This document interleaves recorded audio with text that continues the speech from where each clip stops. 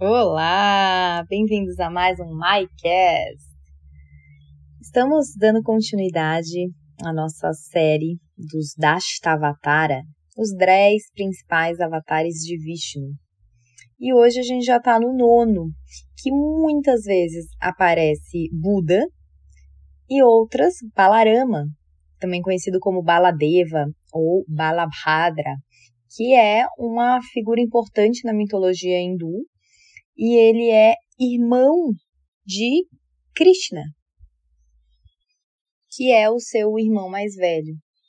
E a questão se Buda, e Buda aqui a gente fala de Siddhartha Gautama, porque existe também o budismo japonês, tá? Aqui a gente fala desse budismo que nasceu na Índia.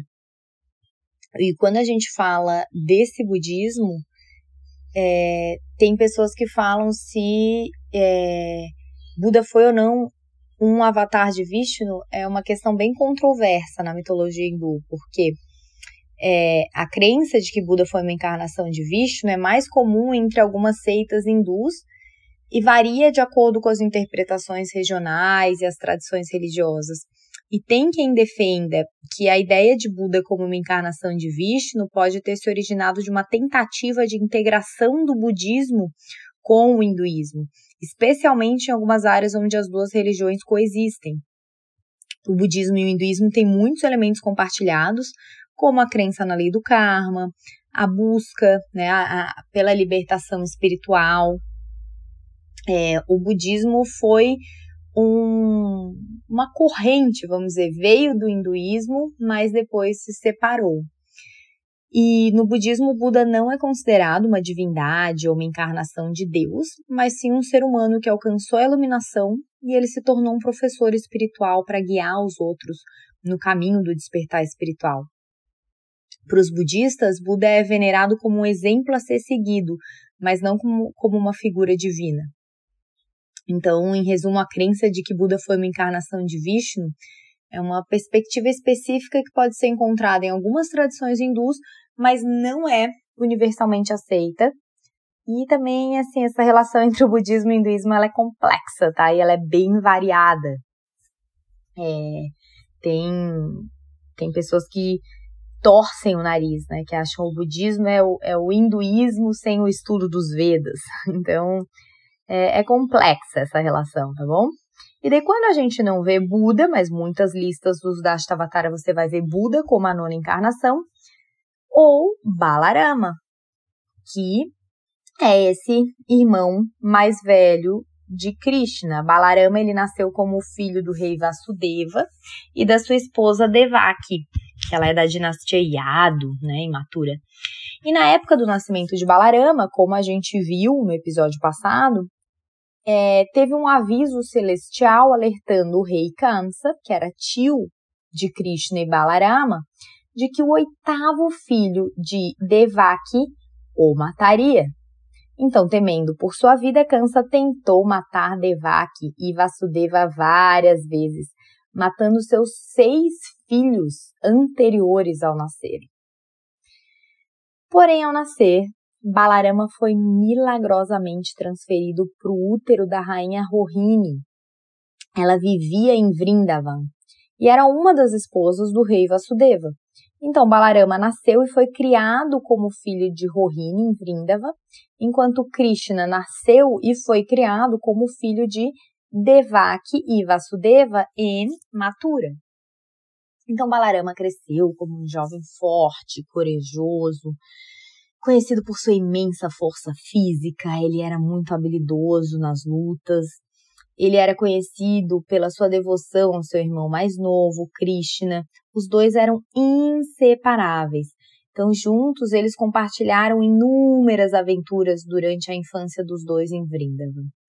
Eu já contei, né, no episódio passado, mas eu não me aguento que eu vou conhecer Vrindavan esse ano, que eu nunca fui. Imagino que vai ser uma visita curta, assim, que eu também vou estar levando um grupo. Então, a gente vai passar o dia lá e absorver um pouquinho dessa energia dos Vaishnavas, ver o lugar, né, físico, o rio, onde tantas dessas histórias são contadas. Acho que vai ser muito especial, estou muito animada. E Balarama, ele também é famoso pelas suas façanhas na luta contra demônios que ameaçavam a paz, a segurança das pessoas. Ele ajudou Krishna em muitas batalhas e ele desempenhou um papel crucial na proteção do povo de Mathura e Vrindavan. Uma das histórias mais conhecidas sobre Balarama é o casamento com Revati, que é filha do rei Raivata. Eu já expliquei isso aqui, né, de o I no final muitas vezes ser o nome do feminino, né, o nome da filha do rei. Nessa ocasião, Krishna, ele desempenha um papel muito importante porque ele ajudou Balarama a encontrar uma solução para o problema do tempo perdido entre os mundos celestiais e terrestres. Balarama, ele também teve presente em muitas outras histórias da mitologia hindu, como o que a gente já viu aqui, que é o Samudra Manthan, que é a agitação do oceano de leite, a guerra de Kurukshetra, que acontece no épico Mahabharata, ele lutou ao lado dos Pandavas. Então, Balarama, ele é sempre retratado como uma história de devoção, lealdade, coragem, proteção. Ele é um símbolo de virtude, força física. Ele é sempre retratado como um homem muito bonito, muito forte. E da sua devoção a Krishna como esse amor fraternal, esse companheirismo de irmãos. Então, ele é descrito como um mestre de clava. Enquanto Krishna é conhecido pelas suas habilidades diplomáticas, né, aquele conselheiro, pela sua sabedoria, Balarama é sempre conhecido pela sua força e pela sua lealdade a Krishna.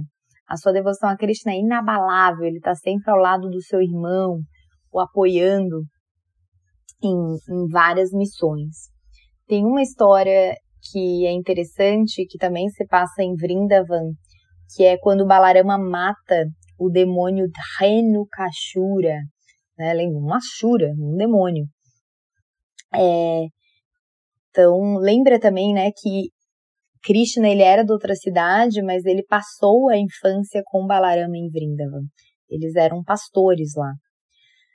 Então, certa vez, enquanto os dois brincavam com seus amiguinhos pastores, eles chegaram a uma floresta onde encontraram uma árvore carregada de frutas deliciosas. Todos os meninos ficaram animados e começaram a colher as frutas. No entanto, esse demônio Dhenukashura, ele tinha assumido a forma de um jumento e ele estava guardando a árvore para si mesmo, para ter só para ele. Então, quando os meninos tentaram pegar as frutas, o demônio os atacou com as suas patas e empurrou para longe. Dhenukashura era um demônio feroz, malévolo, ele causava muito medo e muito caos na região. Ao ver os seus amigos em perigo, Balarama ficou furioso, ele era conhecido, lembra, pela sua força excepcional. E Balarama enfrentou o demônio jumento com bastante determinação, agarrou as patas traseiras do jumento com as suas mãos poderosas, levantou ele no ar, começou a girar o jumento ao redor da sua cabeça, criando uma força incrível. E com o movimento giratório, Balarama atingiu o Dhenukashura com força no chão. O impacto foi tão poderoso que o demônio foi morto instantaneamente. A árvore de frutas ficou livre do controle do demônio. E os meninos puderam finalmente desfrutar das frutas que tanto desejavam. A notícia da derrota de Dhenukashura se espalhou rapidamente, e os moradores de Vrindavan ficaram gratos a Balarama por libertá-los do domínio do demônio. A coragem e a força de Balarama era amplamente conhecida e admirada pelos habitantes da região. Então, essa história mostra a valentia de Balarama. Sempre tem, assim, dezenas, que eu conheço, né, de histórias de Balarama lutando ou pelos seus amigos ou pelo Dharma. Sempre querendo preservar a harmonia do universo.